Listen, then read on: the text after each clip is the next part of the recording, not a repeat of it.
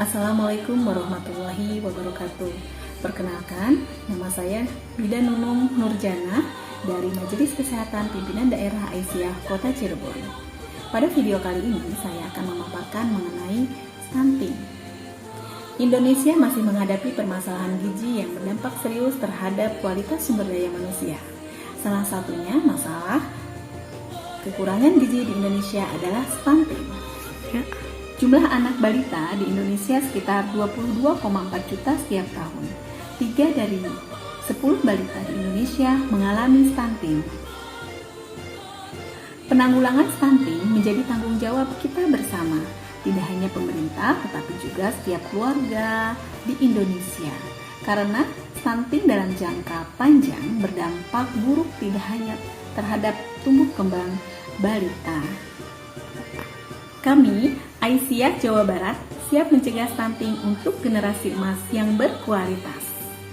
Mari kita sama-sama cegah stunting sejak dini. Yuk kita saksikan. Apa itu stunting?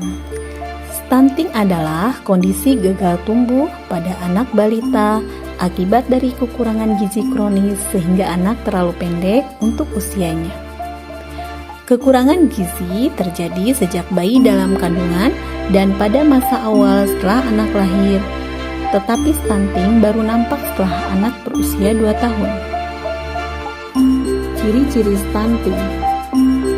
Ciri-ciri stunting yaitu pertumbuhan lambat, wajah tampak muda dari anak seusianya, pertumbuhan gigi terlambat, kemampuan fokus dan memori belajarnya buruk.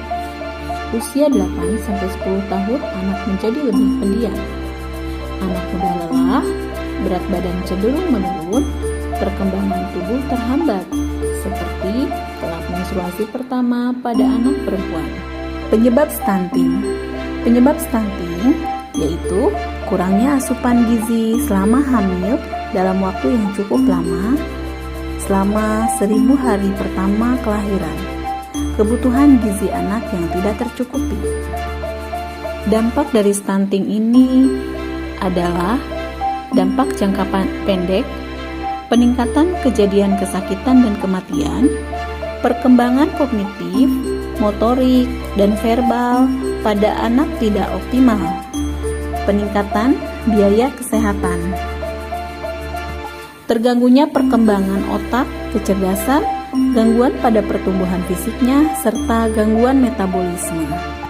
Dampak jangka panjang stunting yang tidak ditangani dengan baik sedini mungkin berdampak menurunnya kemampuan perkembangan kognitif, postur tubuh yang tidak optimal setelah dewasa lebih pendek dibandingkan pada umumnya, meningkatkan risiko obesitas dan penyakit, produktivitas kerja yang tidak optimal, menurunnya daya tahan tubuh, menurunnya kesehatan reproduksi, dan kapasitas belajar dan performa kurang optimal saat masa sekolah.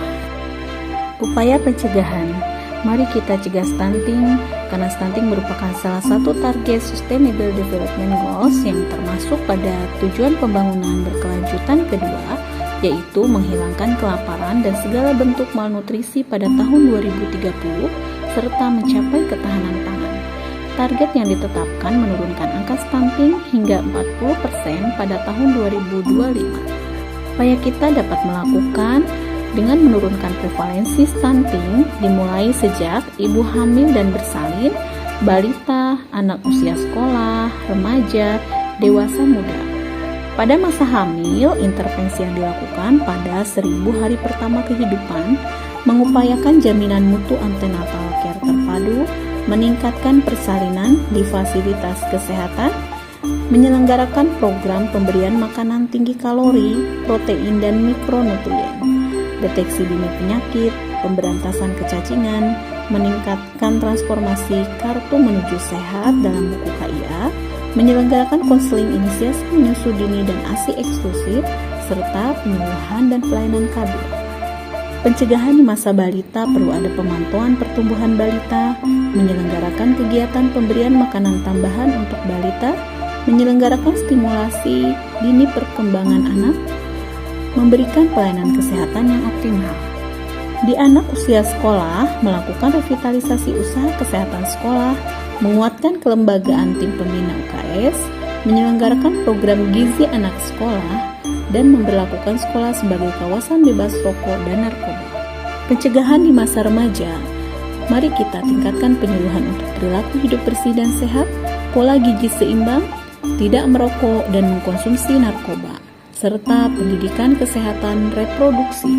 Pada usia dewasa muda, penyuluhan dan pelayanan keluarga berencana harus perlu dilakukan.